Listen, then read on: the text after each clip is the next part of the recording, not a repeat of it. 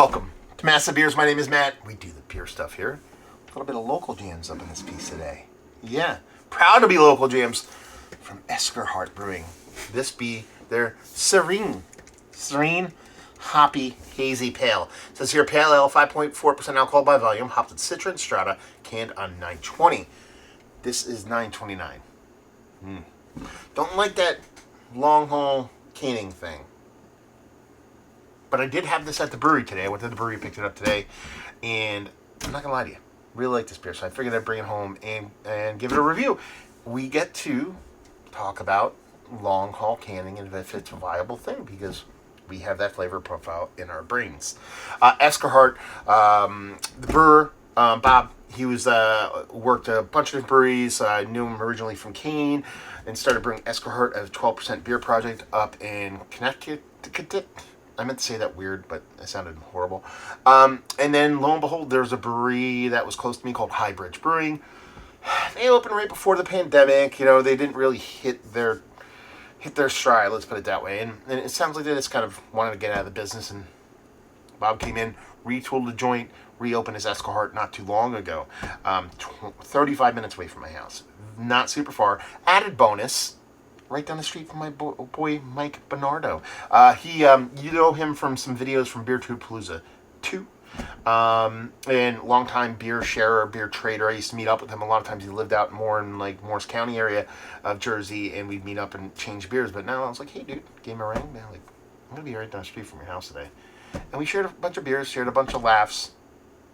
Here we go. Like I said, it's a 5.4% hazy pale ale.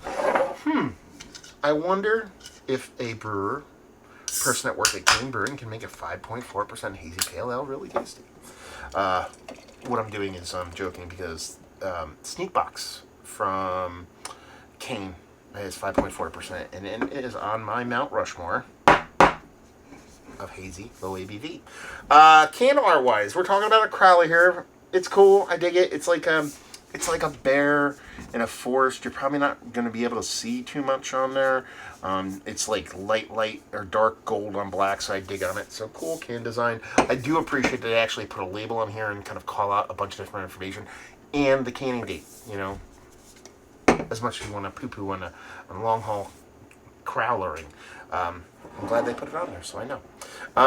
Anyway, that's what you want hazy pale to look like. 5.4%. If I want it to look anything, I want it to look exactly like that rich kind of golden glow with that orange core, pinky finger, infinite creamy fluffy head on the sucker. It definitely looks all the parts of what I want at this ABV.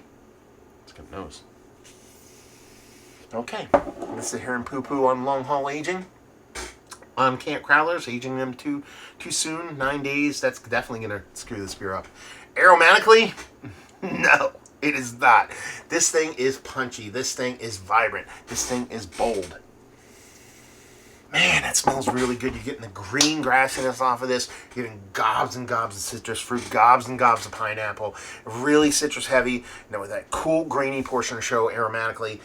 And this little kind of precursor of this softer kind of sweetness smells a lot like I shouldn't say a lot like what a lot of breweries do at like 7%.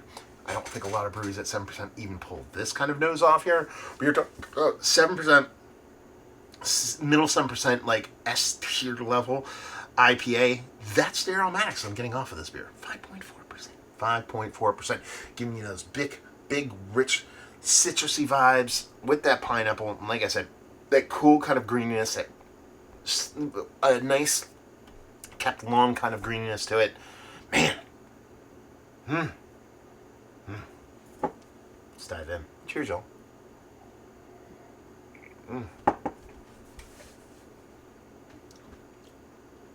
That's good.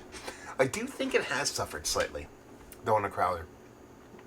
I remember this having a little bit, a touch more sweetness on draft. A hair.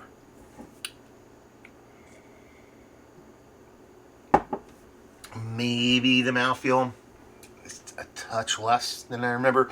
It's not thin by any stretch of imagination, but again, I'm talking off recent memory. I just had this beer, I want to say about 4 hours ago. It's really tasty, man. It's given me, again, not to kind of, walk down that line, but it's definitely giving me sneak boxy vibes.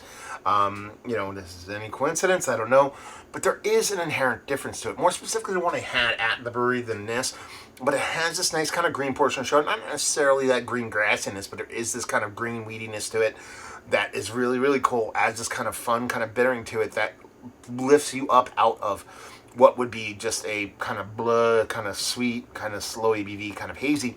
On the other side of things, you get that nice kind of sweetness. It stops short. I said and say nice kind of sweet, nice kind of citrusness, because it does stop short of being a sweet kind of juiciness.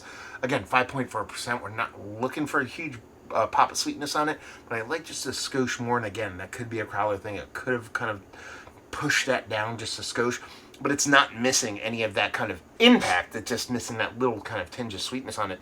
But it's definitely leaning heavily in the citrus realm.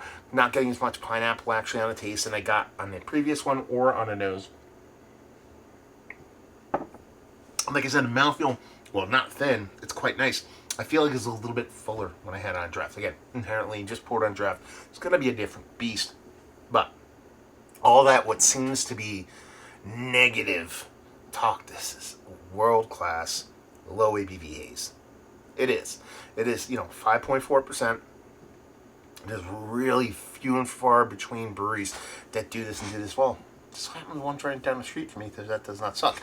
And we might have to start thinking about rearranging my Mount Rushmore, or maybe defining it a little bit more and replacing it, because there's been a couple beers that have been staples in my Mount Rushmore, low ABV haze, for quite some time. When I say low ABV haze, I usually say subset, more like sub 5.5. Sneak Box 5.4, Falconer from Zigmeister is 4.8 or something, sub 5. Baby Genius from Bissell. Who would be the fourth one? I forget. Might have to take Zig off there, man. I've gotten the last couple batches of Falconer, and they have been a mess. Like, a mess. And like a week and a half, 2 weeks old in the can. I'm like, what's going on here? Now, I know they've kind of, changed their brewery around and stuff like that, so maybe it's a little bit of growing pain, so I might not take them off just yet. But this is worthy of being on there. We're going to put it on there.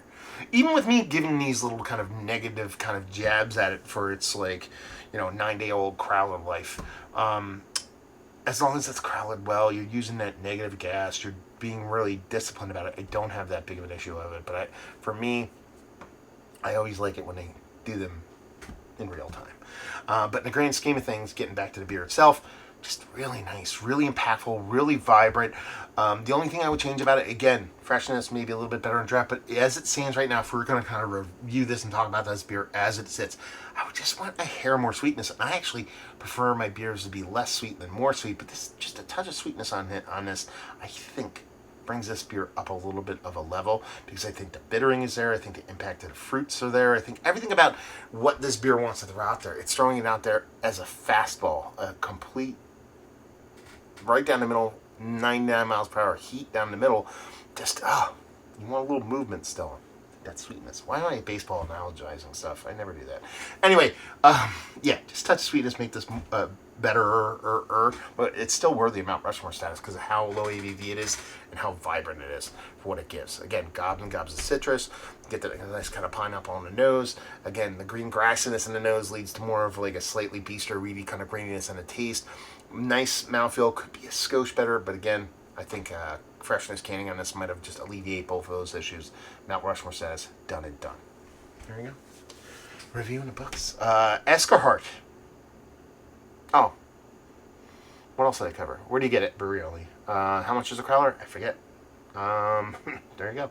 And actually, no, Mike was kind enough to pick up my tab, so that's why I don't know the actual price on it. And Esker Hart, have you been to the brewery? Have you had their beers? Because it's kind of a weird one, because it's such a small brewery by me, but they actually had a decent fun kind of footprint, being that they distributed beers out of 12% for quite some time. So, you might have some decent experience from them. Have you had their beers? Have you been to the brewery? Have you had this beer? All that fun stuff down there. So hopefully you enjoyed the review. Hopefully you're enjoying a little bit of local beer right now. Hope to see you next time. Cheers, all.